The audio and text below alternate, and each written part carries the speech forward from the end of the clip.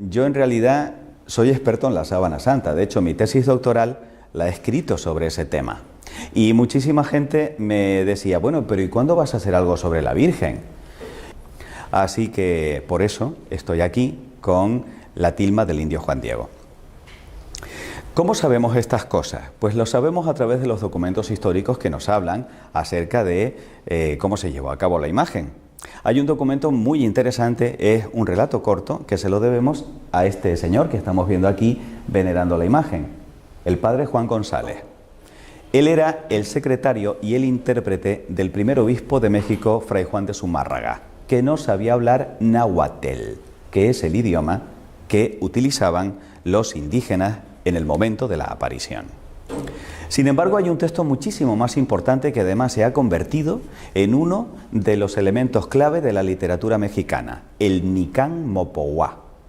Ese texto se lo debemos a Antonio Valeriano, que era un indígena increíblemente culto. No solamente sabía hablar perfectamente castellano, sino que también hablaba latín, se convirtió en gobernador durante muchísimo tiempo y hay documentos que hablan de la valía que tenía este hombre. Él además escuchó en muchas ocasiones de boca del propio Juan Diego el relato, Juan Diego es el vidente, que os voy a contar a continuación. Y concluyó la redacción del Nicán Mopohuá en el año 1548, que fue el momento en el cual fallecieron Fray Juan de Zumárraga y el indio Juan Diego, el vidente de esta aparición.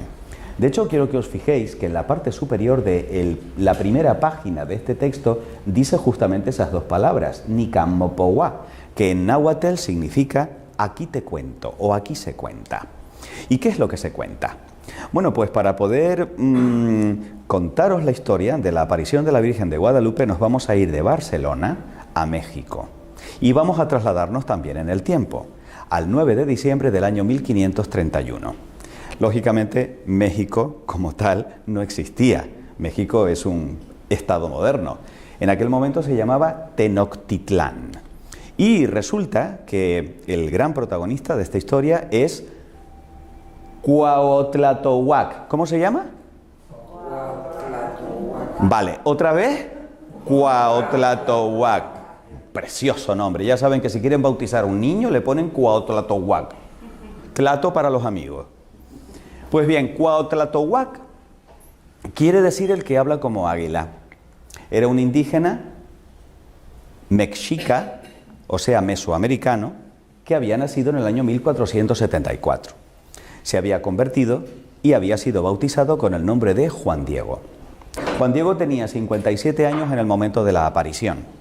Esto es un dato muy significativo porque a medida en que vaya avanzando la conferencia vamos a ir comprendiendo cómo es la mentalidad y sobre todo la cosmogonía y la religión de los aztecas, porque si no, no se va a entender qué mensaje trajo la Virgen a través de esta aparición. Por lo tanto, quedémonos con esto. Cuauhtlatohuac es el que habla como águila, ya veremos qué significado tiene eso para el indígena, y que tuvo la aparición cuando ya era un anciano, con 57 años. En aquel momento era ya bastante viejito. ¿Y qué es lo que nos cuenta el Nicán Mopohuá?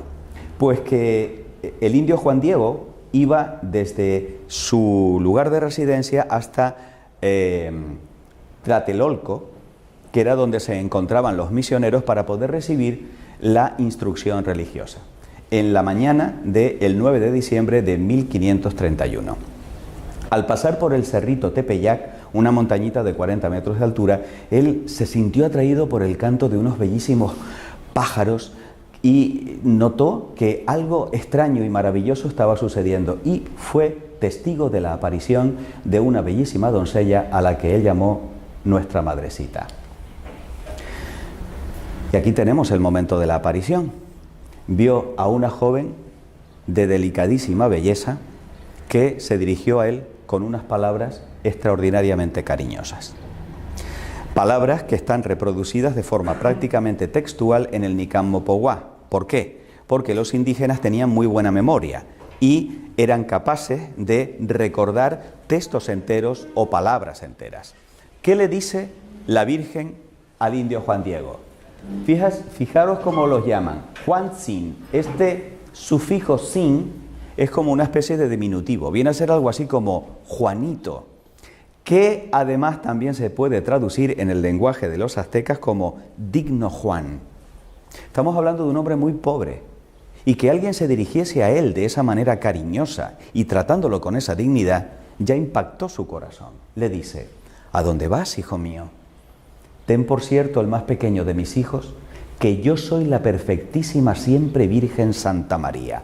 No le dice el nombre Guadalupe, le dice esto: la perfecta siempre Virgen Santa María. Y ahora quedaros con cómo identifica a su hijo, porque este dato nos va a servir para más tarde. Madre del verdaderísimo Dios, por quien se vive, el creador de las personas, el dueño del cielo y de la tierra. Ya sabéis que siempre en las apariciones la Virgen se aparece para algo, y esta no es una excepción. También hay un mensaje y hay una petición, y le dice: mucho deseo que aquí me levanten mi casita sagrada, en donde lo mostraré. ¿Lo mostraré a quién? A ese, al verdaderísimo Dios del que ella es madre. Lo daré a las gentes con todo mi amor personal, en mi mirada compasiva, en mi auxilio, en mi salvación. Porque yo en verdad soy vuestra madre compasiva, tuya y de todos los hombres que en esta tierra estáis. Porque allí escucharé su llanto, su tristeza, para remediar y para curar todas sus diferentes penas, sus miserias y dolores. Anda al palacio del obispo y le dirás cómo yo te envío, y ten por seguro que te lo pagaré. El indio Juan Diego se expresa en el Nican Mopogua de una forma verdaderamente encantadora. Yo os invito a que cuando no tengáis nada mejor que hacer, entréis en internet y descarguéis el Nican Mopogua, es fácilmente descargable en PDF, y leáis las palabras textuales con las que se dirige el indio Juan Diego a la Virgen, porque la trata, en eso es muy canario, de mi niña. Mi niña, ¿qué quieres, mi niña? ¿En qué puedo servirte, niña mía? Y a partir de ese momento él se refiere a la Virgen como mi niña del cielo. Es bellísima la historia. Bueno, por supuesto, Fray Juan de Zumárraga, el obispo, no lo cree. De tal manera que era un franciscano que prácticamente acababa de llegar a México. Era un hombre bondadoso y era también muy culto, pero se tenía que valer de el padre Juan González para poder hacer la traducción al náhuatl, ya que él todavía no hablaba esa lengua. Pues bien, sucede que el hecho de que llegara un indígena recién convertido diciendo que se le había aparecido la Virgen y que encima estaba pidiendo que se le construyera un templo en el llano, pues aquello estaba totalmente fuera de lugar para este hombre, y le dice: vale, Juan Diego, vente mañana que ya esto lo veremos en otro momento. Juan Diego, obediente, se va del palacio del obispo y vuelve otra vez al Tepeyac, en donde por segunda vez se encuentra con la niña celestial y le dice: ay, mi niña, manda a alguien más culto que yo no sé nada, yo soy un ignorante, yo soy un hombre de la tierra. A lo cual la Virgen le responde: escucha al más pequeño de mis hijos, ten por cierto que no son escasos mis servidores, mis mensajeros, pero es muy necesario que tú personalmente vayas, y mucho te ruego, hijo mío el menor, y con rigor te mando, que otra vez vayas mañana a ver al obispo, y de mi parte hazle saber mi voluntad. El indio Juan Diego se despide de ella y por supuesto queda que en efecto va a volver al día siguiente para poder insistir en el mensaje que tiene para Fray Juan de Zumárraga. En esa segunda entrevista con el obispo tampoco le cree, y entonces Fray Juan de Zumárraga, ya, como decimos en Tenerife, un poco mosqueado, le dice: bueno, dile a tu niña que te dé una señal para que así yo pueda creerla. Juan Diego no ve nada raro en esa petición, todo lo contrario, se pone muy contento porque dice: ay, qué bien, porque seguramente mi niña me va a dar la señal que me está pidiendo el obispo. Sin embargo, Fray Juan de Zumárraga ordena a dos sirvientes que sigan a Juan Diego, a ver qué hace, a dónde va, y si de verdad es cierta la historia. Juan Diego era un hombre que se conocía perfectamente a aquellos andurriales, y aunque él no sabemos si sabía que le estaban siguiendo, iba de una forma muy rápida y a pesar de ser un viejito, cogió camino y como que despistó a los sirvientes. Los sirvientes se cogieron un rebote y se lo tomaron muy mal. Y entonces volvieron otra vez a Fray Juan de Zumárraga y le empezaron a decir, mira, olvídate porque este es un cuentista. Esto lo que te está contando son mentiras, no le hagas caso, vete a saber qué es lo que quiere, etcétera, etcétera. Y empezaron a malmeter de Juan Diego con el obispo Fray Juan de Zumárraga. Pues bien, una tercera aparición en la cual le dice, mi niña del cielo, el obispo me pide una señal. Dame algo para que yo le pueda demostrar que en efecto estás aquí ante mí. Y entonces le dice la Virgen, bien está, hijo mío. A mí esto siempre me ha llamado la atención, ¿eh? La Virgen se somete a la voluntad del obispo. Ojo con esto. A mí me parece de una enorme trascendencia. La Virgen es fiel al proyecto de su hijo y no debemos olvidar de que la Iglesia es jerárquica. Y por tanto, si ella se somete a lo que es el mandato del obispo, ¿por qué no lo vamos también a hacer nosotros? Aunque el obispo no nos caiga bien o no comprendamos aquellas cosas que nos está pidiendo en un determinado momento. Pues dice, volverás aquí mañana para que le lleves al obispo la señal que te ha pedido. Con esto te creerá, y acerca de esto ya no dudará, ni de ti sospechará. Y sábete, hijo mío, que yo te pagaré tu cuidado y el trabajo y cansancio que por mí has emprendido. Palabras llenas de dulzura que llevan al éxtasis al indio Juan Diego. Sin embargo, ya sabéis que cuando el Señor nos manda una misión, el diablo siempre se pone a alborotar, lo cual es una gran señal, porque quiere decir que las cosas están conforme al Evangelio y que eso que el Señor nos ha mandado le va a hacer daño. ¿Y de qué manera intenta desbaratar los planes de la Virgen? Veréis, Juan Diego vivía con Juan Bernardino, que era incluso más viejito que él, era su tío. Le había recogido en su casa y Juan Diego cuidaba de él. Ellos se dedicaban al pastoreo, a la recolección, eran agricultores. Le tenía un gran cariño, en realidad lo trataba como si fuera como un padre. Pues bien, en la mañana del 12 de diciembre, el pobre Juan Bernardino se levanta muy malito, pero tan malito que le dice, hijo mío, yo creo que de hoy no paso y no me gustaría morir sin estar confesado. Anda, hijo, ve a buscar un cura. Él también estaba bautizado, ¿eh? Y era un hombre enormemente creyente. Entonces el pobre Juan Diego se encuentra con una dicotomía, una decisión que tomar. ¿Voy a donde está la niña del cielo o voy a cumplir con esta última voluntad de mi pobre tío antes de que se muera? ¿Sabéis lo que decide? Coger por otro camino. Dice, bueno, voy a conseguir al cura y luego ya vendré, que seguramente la niña me esperará. Sorpresa. La Virgen se hace la encontradiza y se le aparece en medio del camino y le dice, pero ¿a dónde vas, Juanito? ¿A dónde vas por aquí? Respuesta de Juan Diego, le dice, ¿cómo amaneciste hoy, niña mía? Porque se vio sorprendido por la Virgen y entonces por donde no estaba previsto que se fuera. Y le dice, ¿cómo tienes hoy tu cuerpecito? ¿Te duele algo? ¿Puedo hacer algo por ti? Es encantador el diálogo entre Juan Diego y la Virgen, ¿no? Y entonces le cuenta lo que sucede. Mi tío está muy enfermo, está a punto de morir. Deja que vaya a tu casita sagrada del Tlatelolco para que traiga a uno de tus sacerdotes, confiese a mi tío, pueda morir en paz y luego haré lo que tú me pidas. ¿Qué creéis que le responde la Virgen? Escucha, ponlo en tu corazón, hijo mío. Bellísimas palabras que nos recuerdan el Evangelio de San Lucas, que en varias ocasiones nos dice, la Virgen conservó esto y meditó esto en su corazón. Pues ella le dice lo mismo a Juan Diego. Que no es nada lo que te espantó, lo que te afligió, que no se perturbe tu rostro ni tu corazón. No temas esta enfermedad, ni ninguna otra cosa punzante, aflictiva. ¿No estoy aquí yo, que soy tu madre? ¿No estás bajo mi sombra y mi resguardo? ¿No soy la fuente de tu alegría? No estás en el hueco de mi manto, en el cruce de mis brazos. Son bellísimas las palabras. ¿Tienes necesidad de alguna otra cosa? Que ninguna cosa te aflija, te perturbe, que no te apriete con pena la enfermedad de tu tío, porque de ella no morirá por ahora. Ten por cierto que ya está bueno.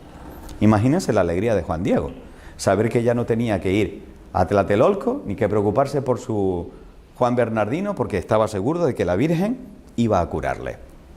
Y entonces la Virgen, no contenta con eso, le dice: anda, sube a lo alto del cerro en el que nos encontramos y tráeme de allí las flores que encuentres. Maravilla. Cuando Juan Diego sube a lo alto del Tepeyac, se encuentra con que de manera milagrosa la Virgen ha hecho florecer en pleno invierno mexicano rosas de Castilla. Flores completamente desconocidas en aquel lugar. ¿Y qué es lo que hace? Lleno de alegría, porque dice: bueno, con esto me creerá el obispo. Las recoge en el ayate o tilma, que es como una especie de ponchito que llevaba por encima. Las recoge, coge todas las que puede. Además, está embriagado con el olor y se da cuenta de que las flores desprenden una iridiscencia totalmente antinatural, pero que le llena de alegría y de gozo solamente viendo aquello. Y entonces se las lleva a la Virgen. ¿Sabes lo que hace la Virgen? Con todo su amor las toca y las coloca ella misma con sus manos y las acomoda dentro del ayate del indio Juan Diego. Y le dice: mi hijo menor, estas diversas flores son la prueba, la señal que llevarás al obispo. De mi parte le dirás que ve en ellas mi deseo y que por ello realice mi querer, mi voluntad. Y tú que eres mi mensajero, en ti absolutamente se deposita mi confianza. Y mucho te mando con rigor que nada más a solas, en la presencia del obispo, extiendas tu ayate y le enseñes lo que llevas. Y le contarás todo puntualmente. Le dirás que te mandé que subieras a la cumbre del cerrito a cortar flores, y cada cosa que viste y admiraste, para que puedas convencer al gobernante sacerdote, palabras textuales, para que luego ponga lo que está de su parte para que se levante mi templo que te he pedido. El indio Juan Diego sale corriendo. Le faltan tiempo para llegar al palacio del obispo. ¿Y qué es lo que se encuentra? Se encuentra con los sirvientes que le maltratan y que tratan de robarle el contenido que él llevaba atesorado en su corazón. Yo estoy seguro de que él hubiera dado la vida para evitar que alguien le hubiera quitado aquello, porque el mandato de la niña era que se lo tenía que mostrar al obispo. Por fin, después de mucho suplicar, llega un momento en el que él se sienta en la puerta y dice: no me moveré de aquí hasta que no vea al obispo. Le dejan pasar. Ellos también intuyen que hay algo especial en esa carga que trae Juan Diego. ¿Y qué es lo que sucede? Pues que el obispo le dice: bueno, si has traído esa señal de tu niña del cielo, muéstramela. El indio Juan Diego, siguiendo el mandato de la Virgen, le cuenta todo y en ese momento deja caer las rosas a los pies del obispo. De tal manera que no solamente aparecen las rosas, sino que aparece también grabada de manera milagrosa la imagen de la Virgen Santísima en el ayate del indio Juan Diego.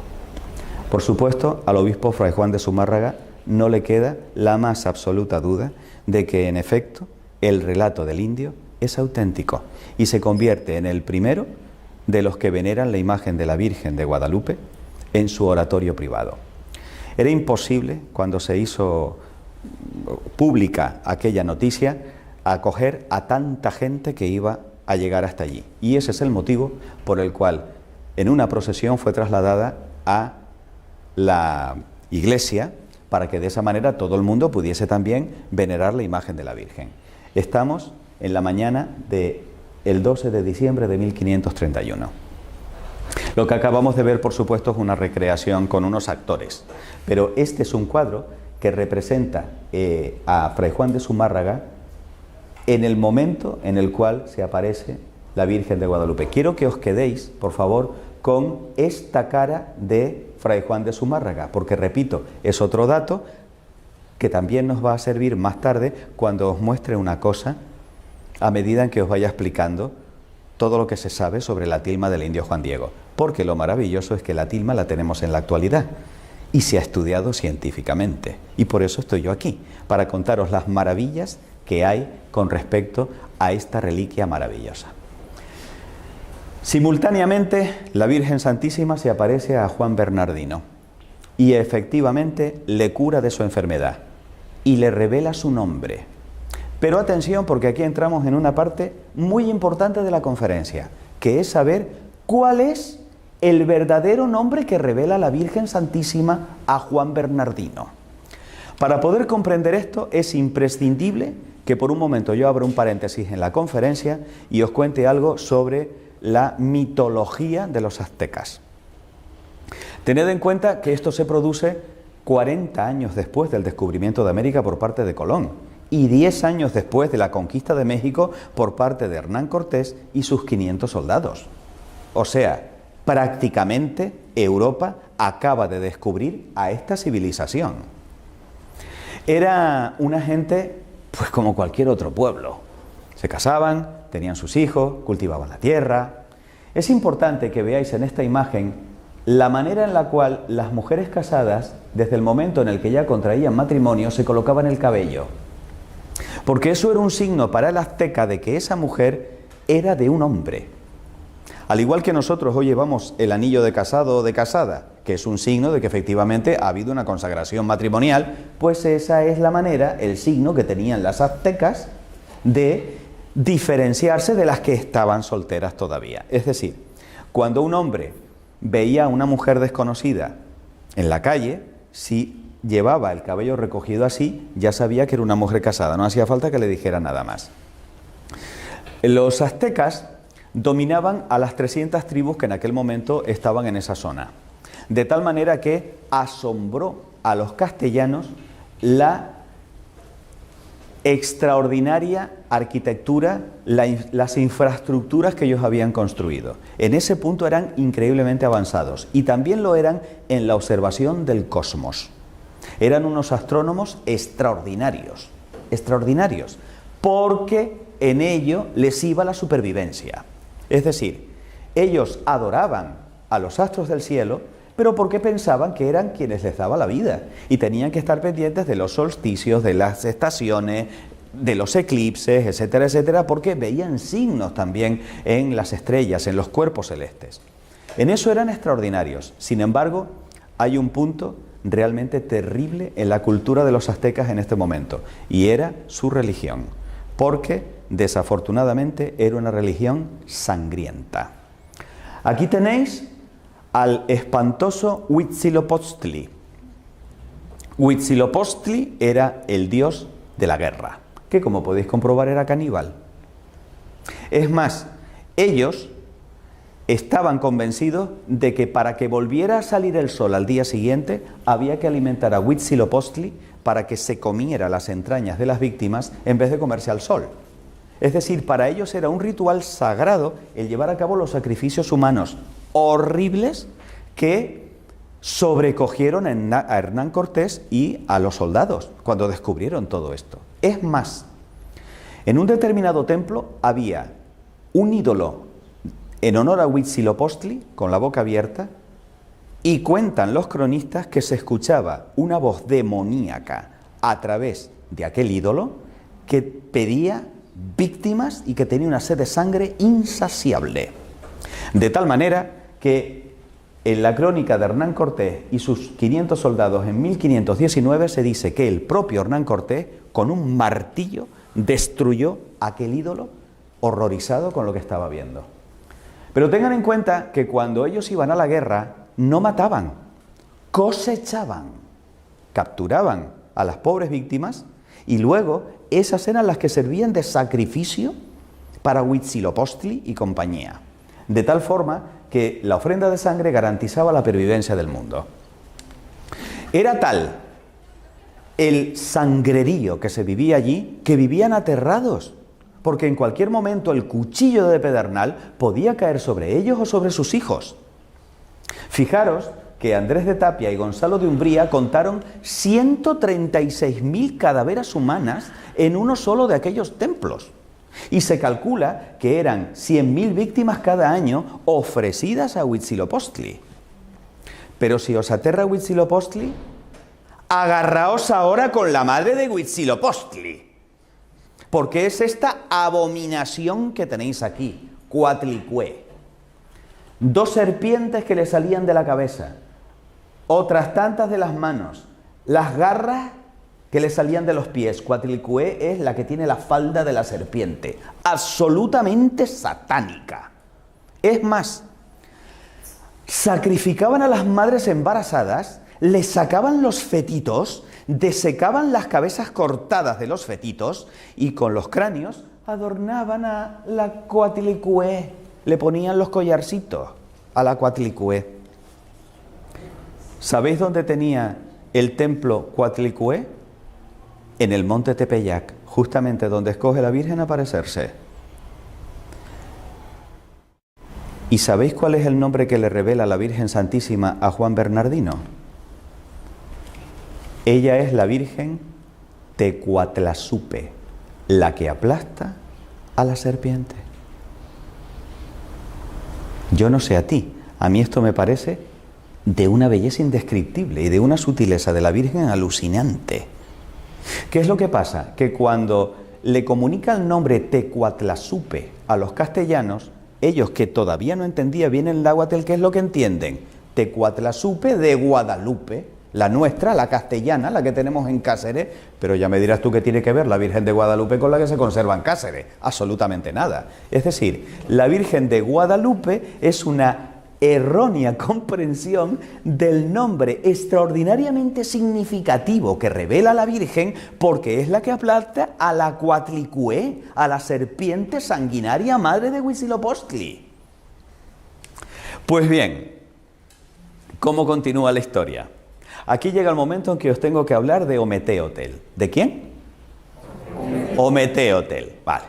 Pues resulta que Ometeotl, dentro de el panteón de dioses aztecas, era un dios raro, porque a diferencia de Huitzilopochtli, que era el dios de la guerra, y el dios sanguinario, y el dios caníbal, este era el inventor de sí mismo, y era el dios de la vida, y era el dios de la alegría, y era el dios de la naturaleza, el que hacía brotar las plantas, y era el dios que mantenía la unidad entre todos. Era un dios extraño, y además era un dios que no tenía forma antropomórfica, sino que se representaba con esta especie de espiral, y en medio había una flor llamada Nahuioyin, que a partir de ese momento comienza a ser el símbolo de ese dios de la vida y de ese dios universal y cósmico que mantiene a todos unidos. Ometeotl. ¿Sabéis cómo conocían a Ometeotl? A ver si os suena algo. El creador de las personas, el dueño del cielo y de la tierra, el verdaderísimo Dios por quien se vive. ¡Ay, qué casualidad! Resulta que la Virgen se identifica a sí misma como la madre de este. Fijaros cómo es un mensaje para los aztecas. Es un mensaje para los indígenas, que ellos comprendieron perfectamente. Pero no queda ahí todo. Vamos a estudiar con calma los símbolos que podemos encontrar en la Virgen de Guadalupe. Señoras, señores, esta es la tilma del indio Juan Diego, tal y como se conserva en la actualidad en la Basílica de México Capital. Como pueden comprobar, es de una indescriptible belleza.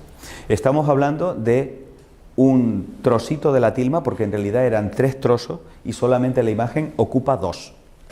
Esto que tenemos aquí es la costura que va pasando de un lado a otro. Además, hay una cosa que siempre me encanta, porque no podemos olvidar que la Virgen Santísima es una señora.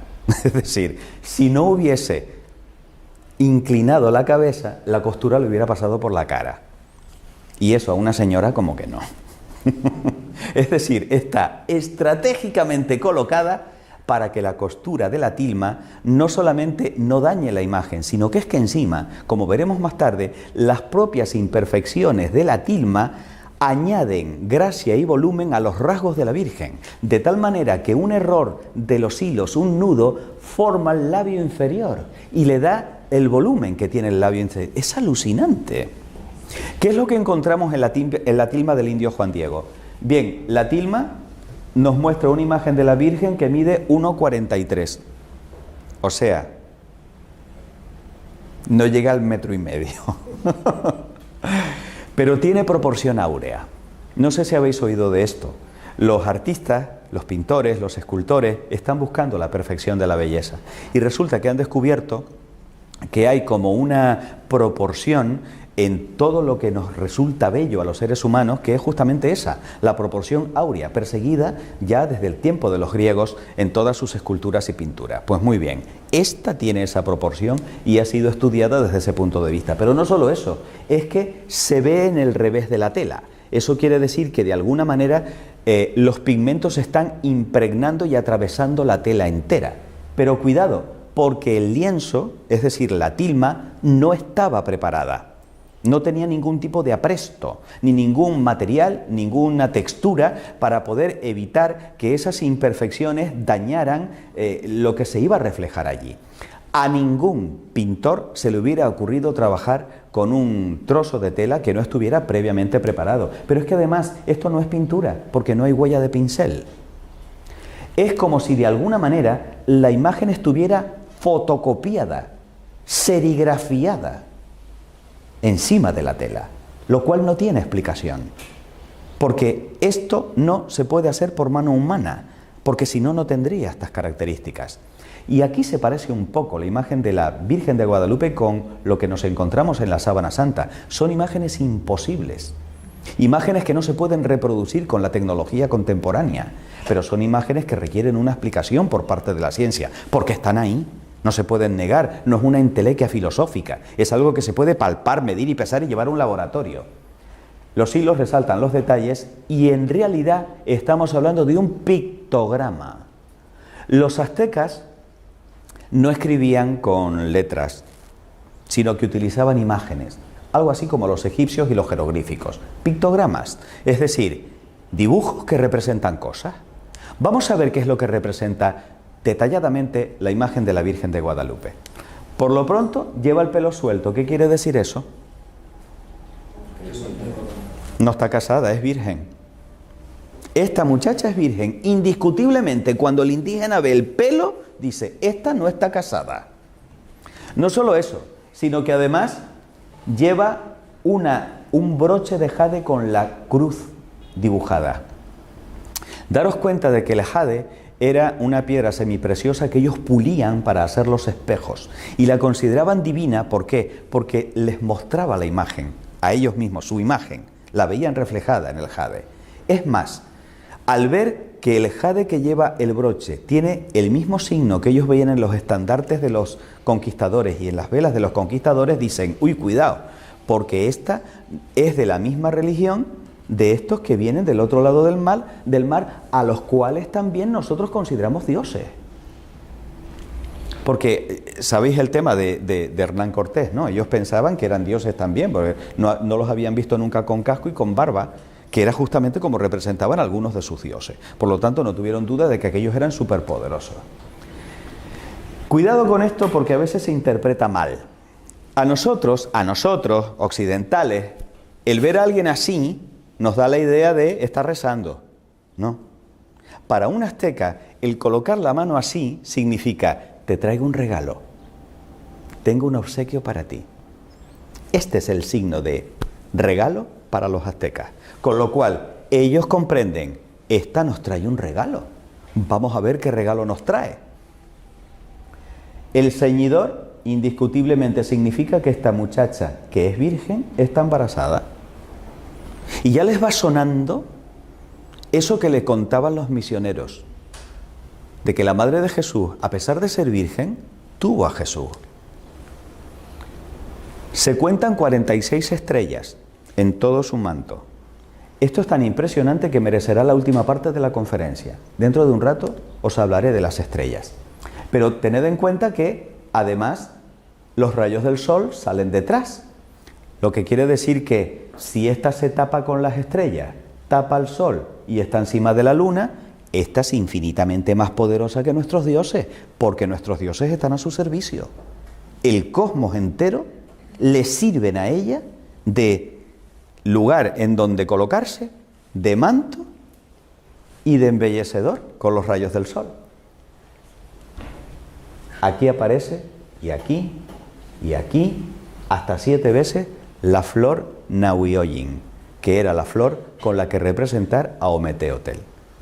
Por lo tanto, si en la túnica aparece representada la flor Nahuioyin, quiere decir que el regalo que nos trae esta es a Ometeotl. Indiscutible. Daros cuenta de que todos estos detalles se le escapaban a los castellanos, pero ellos, con un solo vistazo, captaban perfectamente el mensaje que traía la Virgen. No solo eso, daros cuenta de que ella tiene la rodillita levantada y ese es el motivo por el cual se ve la zapatilla. Pero el que tenga la rodilla levantada, ¿qué quiere decir? Pues que está danzando. ¿Cómo adoran los indígenas? Bailando. ¿Y esta qué está haciendo? Está danzando. Que solamente bailaban ni siquiera en la fiesta, sino en el momento de la adoración. Por lo tanto, esta está adorando al Ometeotl que nos trae de regalo. Es decir, el Ometeotl es más poderoso que ella, porque ella lo está adorando. El color de la túnica es un color verde azulado, pero curiosamente era el color de la capa de Moctezuma, el emperador. Por lo tanto, el emperador era el único que tenía la autorización, la autoridad para poder vestir ese color.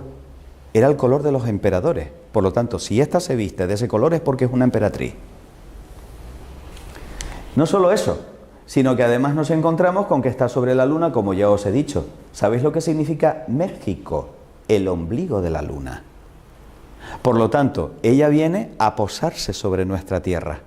Ella viene también a bendecir el ombligo de la luna, México. Y por último, el angelito. Quiero que os fijéis que el angelito tiene cara de anciano y que además va vestido con la camisa que llevaban los convertidos, los indígenas convertidos. Pero no tiene alas de angelito, tiene alas de águila. Que habla como águila. Es Juan Diego. Es decir, nos está trayendo a la Virgen. Y fijaros que con una mano coge el cielo, representado en la túnica, en el manto, y con otro coge la tierra, que es la túnica. Él une el cielo y la tierra a través de la Virgen Tecuatlazupe. Bellísimo. Bueno, pues una vez analizados los símbolos de la Virgen de Guadalupe, vamos a seguir profundizando en lo que es la teología aztecas. Tened en cuenta que para ellos había dos elementos absolutamente clave, que era el templo y las flores. ¿Por qué el templo? El templo tenía forma de montaña, pero esto es una constante en prácticamente todas las culturas. Las pirámides también tienen forma de montaña. ¿Por qué? Leed la Biblia. Incluso Jesús, todos los hombres de la Biblia suben y bajan de las montañas. Las montañas es el lugar privilegiado de encuentro con Dios. Claro, evidentemente, aquí vemos que es una montaña ensangrentada. Pero, ¿qué sienten ellos cuando descubren que los conquistadores ocupan sus templos? Que aquella civilización está herida de muerte y que o cambia o desaparece. Eso es lo que ellos interpretan cuando ven el templo profanado, entre comillas, por los conquistadores. Si no hay templo, no hay civilización, no hay cultura para ellos. Y con el tema de la flor sucede lo siguiente. La flor se representa con el corazón. Y nosotros utilizamos las flores pues como un gesto de cariño o como un adorno. Para ellos es muchísimo más, porque la flor es el símbolo de la verdad. De tal manera que cuando yo envío un mensaje a otro con una flor, quiere decir, ponle el cuño que esto es verdad. Si yo le voy a declarar la guerra a otra tribu, yo le mando flores, no os lo perdáis. O sea, es decir, mira, te voy a hacer la guerra, pero que no estoy bromeando, que te estoy mandando flores, que es verdad. Ese es el sentido que tiene de que de todos los símbolos habidos y por haber, la Virgen haya escogido flores para poder demostrarle a Fray Juan de Zumárraga que el mensaje era verdad. Que llevara flores un indígena quiere decir, no te estoy mintiendo, confía en mí, esto es cierto. ¿Veis qué bonito? Por eso la flor, y el símbolo más importante es la flor Nahuioyin, porque es la que les da la clave de que aquel es Ometeotl. Eso es interesante, que vayamos también sabiendo un poco acerca de qué es lo que sucede con los símbolos para los aztecas y que los vayamos comprendiendo. Aquí empiezan las cosas raras y maravillosas de la tilma. Si yo cojo la imagen de la Virgen de Guadalupe y la coloco sobre un mapa de México, haciendo coincidir las flores Nahuioyin con las montañas y volcanes que en la realidad están en el mapa de México, coinciden perfectamente. Pero claro, esto solamente lo podemos comprobar viendo el mapa desde el espacio. Díganme quién colocó las flores en un mapa que solamente se puede ver desde el espacio en 1531. Sigamos avanzando para ver qué otros misterios nos trae la Virgen de Guadalupe. A ver, el año 1531 fue un año muy especial para los indígenas. Por lo pronto, vieron aparecer el cometa Halley. Que unos indígenas vieran a aparecer un cometa, la cosa está muy mal. Eso es lo que significa el cometa para ellos. Aquí van a pasar cosas muy gordas, pero gordas de verdad. No solo eso, sino que además se produce un eclipse. ¡Horror! Huitzilopochtli está cabreado. A ver, ¿qué es lo que hemos hecho? Habrá que matar, darle de comer, sangre. No solo eso, sino que además el 12 de diciembre de 1531 era el solsticio de invierno. Y cuidado, porque aquí hubo un desfase, porque en realidad, según el calendario gregoriano, tendría que haberse producido el 22 de diciembre, no el día 12, pero es que en 1531 no estaba el calendario gregoriano, estaba el juliano. Y el calendario juliano es el 12 de diciembre, el día que escoge la Virgen para quedarse grabada en la tilma. El solsticio de invierno, ¿qué significa? Acaba la oscuridad y empieza la luz. Se acaba un periodo de oscuridad y ahora vamos a empezar con este sol que renace, con estos días que a partir de ahora van a empezar a ser más largos, a vivir de una manera diferente. Se produce un terremoto, tela. Eso significa que los pilares de la tierra se están conmoviendo. Se destruyen los templos y llega una epidemia de viruela para la cual los indígenas no tenían protección natural, no tenían los anticuerpos de la viruela y los empieza a matar. Y ellos dicen, vamos a ver, nos cargamos a 100.000 personas al año, alimentamos a Huitzilopochtli con toda la sangre que nos pide. Y resulta que ahora que no tenemos templo, que ya no hacemos sacrificio, el sol sigue saliendo, después del eclipse vuelve otra vez a haber luz, una de dos, o nuestros dioses eran mentiras o nosotros no hemos hecho la adoración correcta. ¿Veis lo que significa todo lo que pasó justamente en ese año? Pues bien, todo esto llevó, amigos y amigas, a que en la siguiente década 9 millones de indígenas se convirtieran al cristianismo. Los misioneros no daban abasto a hacer bautizos. ¿Por qué? Porque estaban abandonando una religión de muerte y de oscuridad para abrazar una religión de amor y de vida y de luz, que era la que traía la Tecuatlazupe. Por lo tanto, toda esa leyenda negra que hay sobre lo de la conquista y que se obligaba bajo pena de muerte a los indígenas y no sé cuánto, cuidadito, que hay que analizar bien los datos y que por suerte ahí tenemos la historia y los documentos históricos. Pues bien, el Papa Benedicto XIV recibió inmediatamente, aparte de que se difundió toda la historia de la Virgen de Guadalupe por el cristianismo entero, una copia de la tilma del indio Juan Diego, y la Virgen terminó coronada como emperatriz de América. Hoy en día, este es el actual templo en México capital en el que se conserva la tilma del indio Juan Diego. Es el séptimo de los templos. Fue consagrado el 11 de febrero de 1976, Día de la Virgen de Lourdes. Y no solo eso, sino que tiene 10.000 personas de aforo. Fijaros además que tiene la forma como de la capa de la Virgen, ¿no? O sea, entramos bajo el amparo de la Virgen, debajo de su manto, debajo del manto de la Virgen. Es indiscutible que la cultura mexicana se ha fraguado en torno a la Virgen de Guadalupe. La Virgen de Guadalupe es omnipresente en todo México, de tal manera que tengo una amiga mexicana que me dice algo que ya yo había oído en boca de otros mexicanos, y es: ay, es que Andrés, nosotros puede que no seamos católicos, pero todos seamos guadalupanos. Es decir, la Virgen de Guadalupe es el amor de los mexicanos. Y eso sí, a lo mejor le dan cachetadas a la iglesia, pero a la Virgen de Guadalupe no se la toque. La Virgen de Guadalupe es una cosa especial. Nuestro bien amado Papa Francisco le tiene una devoción muy especial a la Virgen de Guadalupe. ¿Pero por qué? Porque resulta que hay un dato del Papa Francisco que desafortunadamente, desde mi punto de vista, ha sido silenciado de manera sistemática por los medios de comunicación, y es que el Papa Francisco, ahí donde lo ves, es un científico, está licenciado en ciencias químicas. ¿A que esto no lo sabían todos?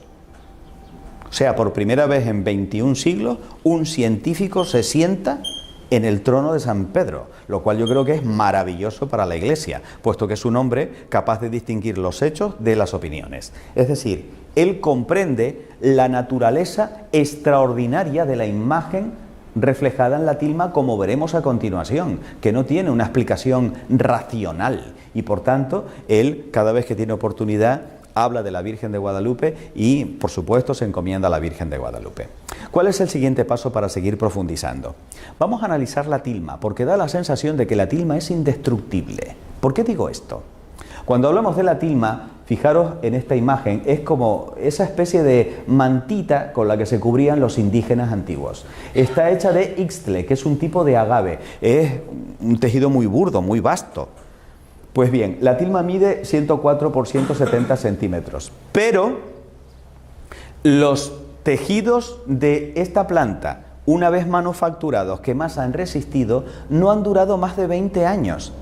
Y les estoy hablando de un tejido que de manera absolutamente antinatural ha pervivido 480 años sin que haya una explicación de cómo es posible que no se pudra. Porque además, 116 años estuvo sin protección. ¿Sabes lo que significa eso? Tú pon una tela y pon nada más que un año debajo de la tela, 10 velas todos los días. A ver qué le pasa a la tela. Imagínate 116 años de velas, de rosarios pasados, de pañuelos, de medallas, de que si a alguno le dolía el cuello, se rozaba también con la tilma para que se le quitara, porque era la medicina, era el gran remedio para todo. 116 años, maravilla, repele el polvo, repele a los insectos, no hay ni un solo huevo de mosca, no hay la más mínima suciedad en la tilma. ¿Cómo es esto posible? No tiene explicación. Ya de por sí llama la atención, pero por si eso fuera poco, date cuenta de que el Tepeyac se encuentra junto al lago Texcoco, que es un lago con una salinidad tan potente que en 80 años termina deshaciendo el hierro. ¿Cómo es posible que no le haya afectado a la tilma? ¿Y qué pasa si a la tilma le echamos un bote de ácido? Pero es que eso sucedió en el año 1795, dejaron caer encima, quiero pensar que de manera accidental, y ahí tenemos el documento del accidente que lo confirma, un bote de ácido nítrico. Esta es la mancha. Hubiera sido suficiente como para destrozar todo el lienzo. Si alguna vez tienes un botito de ácido nítrico, no metas el dedo, por si acaso. ¿Y qué es lo que pasa con la mancha del ácido nítrico? Que a medida que va pasando el tiempo se va desapareciendo la mancha, no el tejido. ¿Cómo es esto posible? Por si eso fuera poco, el 14 de noviembre de 1991, este mequetrefe, Luciano Pérez Carpio, subió devoto con un ramito a depositarla bajo los pies de la imagen de la Virgen de Guadalupe, con un potente explosivo de dinamita que estalló, que reventó los cristales de toda la basílica, y que no solo eso, sino que hizo añicos los cristales de las casas de alrededor. Fijaros cómo quedó el Cristo de bronce que estaba también en el altar. Suficiente para destruir con creces la tilma. y no sufrió ni un solo rasguño, ni la tilma ni el cristal, que no era antibalas. Lo de los cristales antibalas es reciente. Por cierto, voy a hacer un paréntesis. Yo solamente odio a un enemigo que crea que es real. ¿O no? Bien. Tanto odio en contra de la Virgen de Guadalupe, ¿por qué? Interesante reflexionar esto, ¿no? O sea, se arriesga a que lo pillen, a que lo masacren, a que lo metan en la cárcel, yo qué sé, con tal de poner un explosivo a los pies de una imagen en la que supuestamente no cree. Bueno, vamos a seguir profundizando. Esta es la tilma tal y como se encuentra en la actualidad, en el interior de la basílica. Como veis, es un lugar muy bonito para visitar. Pero vamos ahora a empezar a profundizar en la imagen, porque como te dije hace un ratito, se trata de una imagen que es imposible.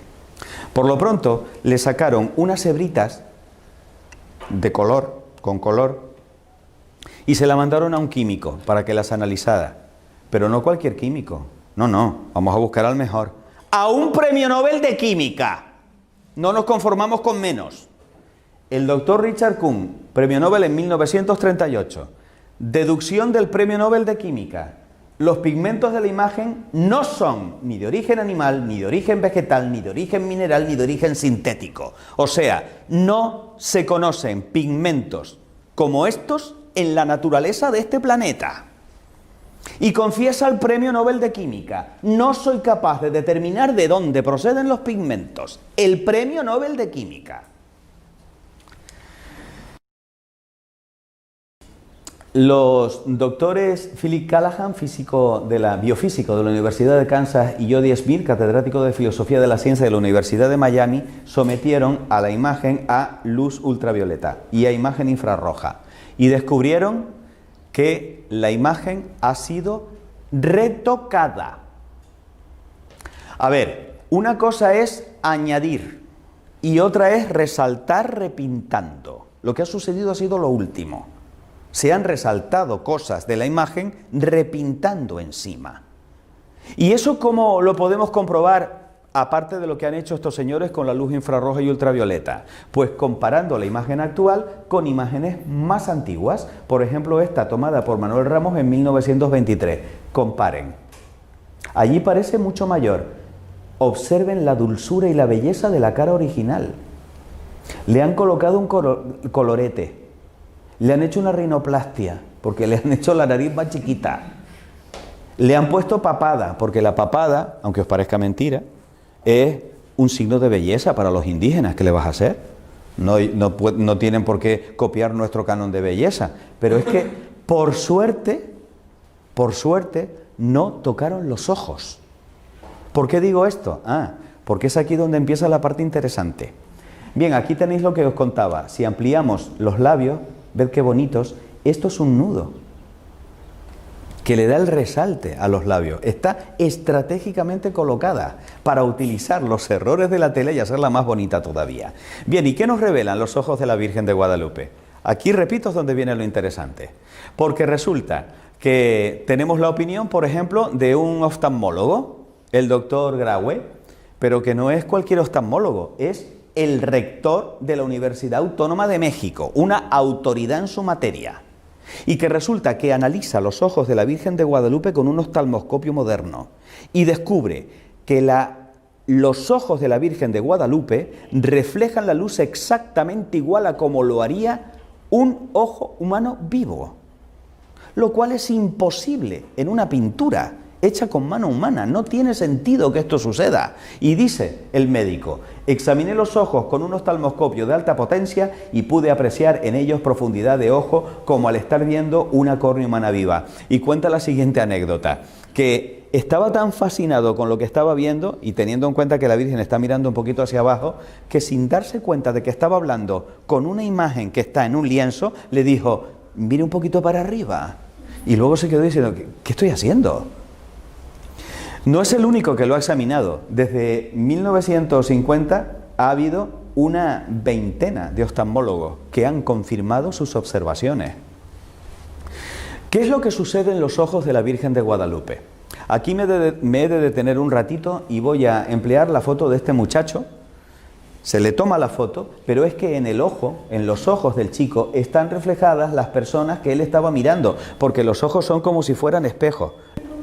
Espejos que reflejan la imagen de lo que está viendo. Es más, si yo cojo una de las caras de uno de los amigos del chico retratado, lo puedo ampliar de tal manera que yo puedo identificar que este es Pedro, de todos los que está allí. ¿Me siguen, no? Vale. ¿Qué es lo que se descubre en los ojos de la Virgen? Alfonso Marcué, fotógrafo en 1929, descubre el rostro de un hombre con barba. Se ve perfectamente los ojos, la nariz, la boca y además tiene la mano así. Se está cogiendo el mentón. Reflejado en una córnea de 8 milímetros. Pero no solo eso. Bueno, aquí tenéis otro fotógrafo más tarde, en 1951, Carlos Salinas, que confirma las observaciones. Aquí lo veis un poquito estilizado por un pintor, para que lo comparéis y os deis cuenta de la semejanza. No solo eso. La pregunta es, bueno, ¿esto será una pareidolia? ¿Qué es eso de una pareidolia? El cerebro humano crea imágenes y compone imágenes. Es lo que nos pasa, por ejemplo, cuando vemos formas en las nubes. Yo aquí veo una carita sonriente, y aquí veo una carita asustada, y aquí veo otra carita sonriente, y aquí una carita como diciendo hola, y esta como diciendo brr. Pero vemos que no es una cara, es una lavadora de la que está saliendo una tela. Es decir, ¿cabe la posibilidad de que lo que se ve en los ojos de la Virgen de Guadalupe sea una pareidolia? Sí, cabe esa posibilidad, a no ser de que las imágenes se vean en los dos ojos. Y a no ser de que aparezcan reflejadas en los dos ojos siguiendo la proporción de la distancia. Porque en este momento os esté reflejando en mis ojos. Pero si yo me pongo así, como está la Virgen de Guadalupe, en este ojo se verán un poquito más grandes vuestras imágenes que en este. Porque este está un poco más lejos de vosotros. ¿Me estoy explicando? Eso se llama la ley de Sanson-Purkinje. Y está perfectamente estudiado en oftalmoscopía. Pues sorprendeos, porque el doctor Rafael Torija, oftalmólogo, deduce que las imágenes aparecen reflejadas en ambos ojos y que respetan perfectamente las proporciones ópticas de Sanson-Purkinje. No es una pareidolia, son imágenes reales. Pero aquí es donde definitivamente tiran la toalla los incrédulos. Doctor José Aste Tonsman, ingeniero especialista de computación de la Universidad de Cornell, profesor de investigación operativa en la Universidad Iberoamericana de México. Descubre no una ni dos, 13 figuras en los ojos, diminutas, casi microscópicas. Para poder hacer eso, necesitó elaborar con un ordenador cuadrículas de 1 milímetro cuadrado en las córneas. 1600 cuadrículas de 15 por 15 micrones. Usando un microdensitómetro de precisión, las amplió 2500 veces y capta 200 tonos de gris frente a los 30 tonos que es capaz de captar el ojo humano. 13 figuras en unos ojos de 8 milímetros. Entre ellas, la de Fray Juan de Zumárraga. ¿Os acordáis del cuadro? Es el mismo cráneo. La de Fray Juan González, el intérprete que estaba a su lado. La del propio indio Juan Diego, que lo vemos aquí, con un gorro, desplegando la tilma, y uno dice, bueno, pero ¿cómo es posible que el indio Juan Diego llevara el gorro puesto delante del obispo? Dices, claro, es que tenía las manos cargadas, no se lo podía quitar. Un indígena sentado, con el pie levantado, se ve incluso hasta las argollas y la coleta que tiene. Todo esto lo podéis ver con precisión con las imágenes que están publicadas en el libro del doctor Tonsman. El ojo derecho y el ojo izquierdo. Veis que son las mismas figuras, pero respetando las leyes de Sanson-Purkinje. Y un grupo familiar para completar las 13 figuras. Es alucinante. ¿Cómo es posible que esto lo haya hecho un artista? Cuando estamos hablando de que para ver esto necesito un ordenador de la era espacial, porque si no, no lo veo. Hipótesis. Pero bueno, ¿cómo es posible que aparezca el indio Juan Diego con la tilma extendida si la Virgen lo estaba viendo? El doctor Tosman dice, sí, es que en el momento en el que se extiende la tilma, la Virgen estaba invisible delante de aquel grupo de personas y un instante después proyecta su imagen en la tilma. Y la proyecta reflejando lo que ella está viendo un momento antes. Esa es la hipótesis. Esta sería la situación que tendría la imagen dentro del grupo de personas que aparecen también reflejados en sus ojos. ¿Y qué pasa con las estrellas? Bueno, pues a mí particularmente, que durante 4 años trabajé en el Instituto de Astrofísica de Canarias, esto ha sido una de las cosas que más me han tocado el corazón. Las estrellas reflejan la posición exacta de las constelaciones del norte y del sur, visibles el 12 de diciembre de 1531, solsticio de invierno.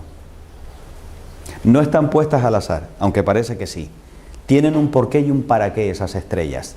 Porque hay un mensaje para los indígenas, pero también hay un mensaje para nosotros, y lo hemos descubierto recientemente. Porque cuando yo hago coincidir las estrellas, no coinciden, a no ser que yo les dé la vuelta. Y si les doy la vuelta a las estrellas, resulta que con las estrellas que se ven yo puedo completar las constelaciones y colocar las estrellas que no se ven. Es decir, a la derecha está el hemisferio norte, a la izquierda está el hemisferio sur. ¿Y qué constelaciones se pueden ver? Pues como podéis ver aquí, esto es un estudio de los doctores Cantó y García de León, astrofísicos.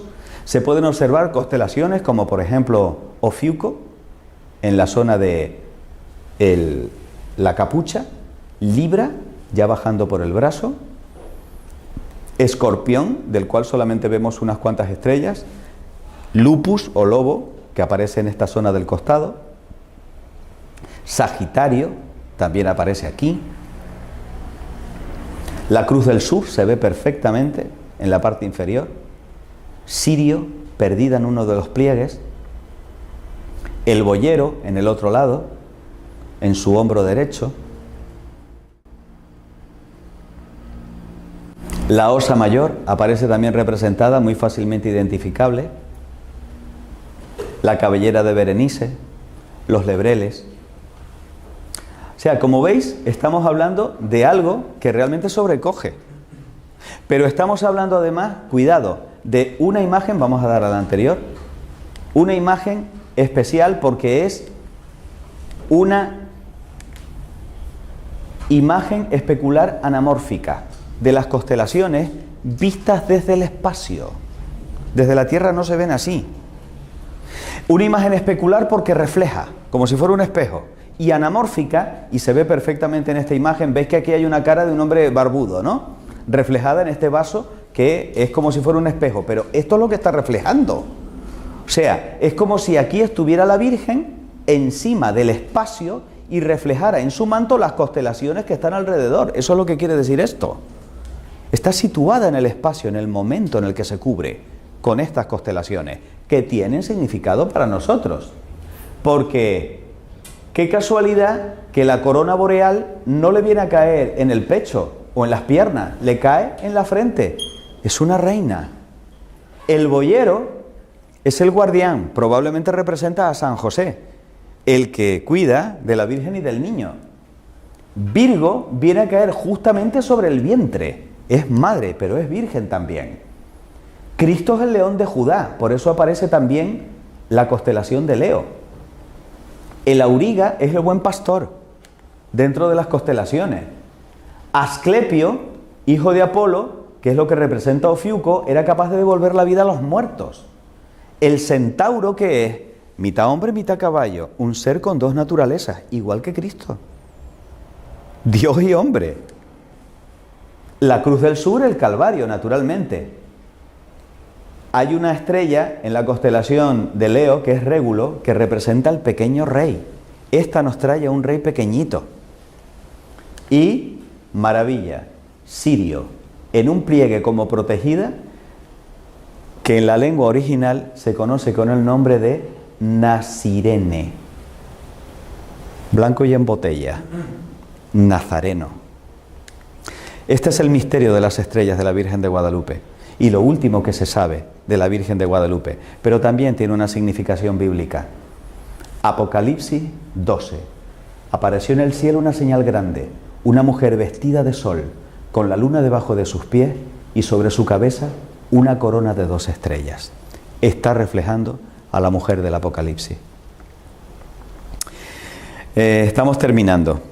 ¿Cuáles son las conclusiones que podemos sacar a la luz de lo que os he explicado? Primero, el ayate ha pervivido 480 años. Eso es inexplicable. De la misma forma que también lo es que la imagen no se haya deteriorado en absoluto o que haya resistido al contacto del ácido nítrico en 1795 o que haya permanecido intacto tras la detonación explosiva del año 21.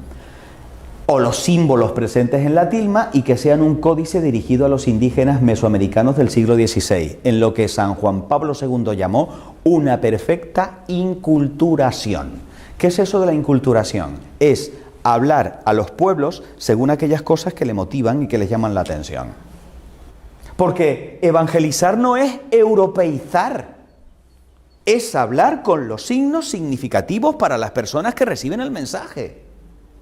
Lo que ha hecho ella, ha hablado con signos propios de aquella cultura. Y vaya si lo comprendieron. También es totalmente inexplicable científicamente que no se conozcan ni los pigmentos ni el procedimiento mediante el cual fue impresionada la imagen a un lienzo en el que no hay pinceladas, o que los ojos respondan a las características de una córnea humana viva.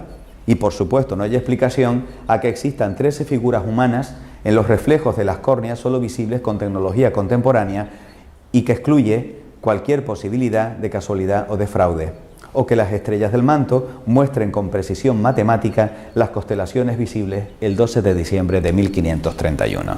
Estas son las conclusiones a las que me lleva la ciencia. La Virgen es auxilio de los cristianos. La invocamos así en uno de los bellísimos piropos que le lanzamos con las letanías lauretanas. Cuando se trasladó la imagen desde el oratorio de Fray Juan de Zumárraga en una procesión el 26 de diciembre de 1531, los indios, como ya sabes, iban danzando y desafortunadamente uno de ellos se clavó por accidente una flecha en la garganta y murió.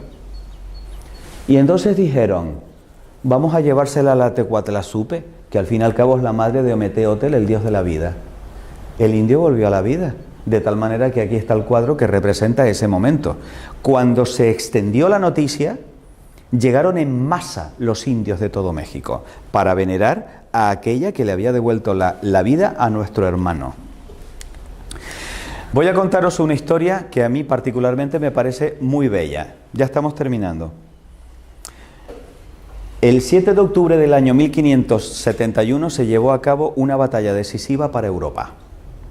Los turcos querían invadir Europa, ya habían cogido Chipre, que en aquel momento pertenecía a los reinos de Italia.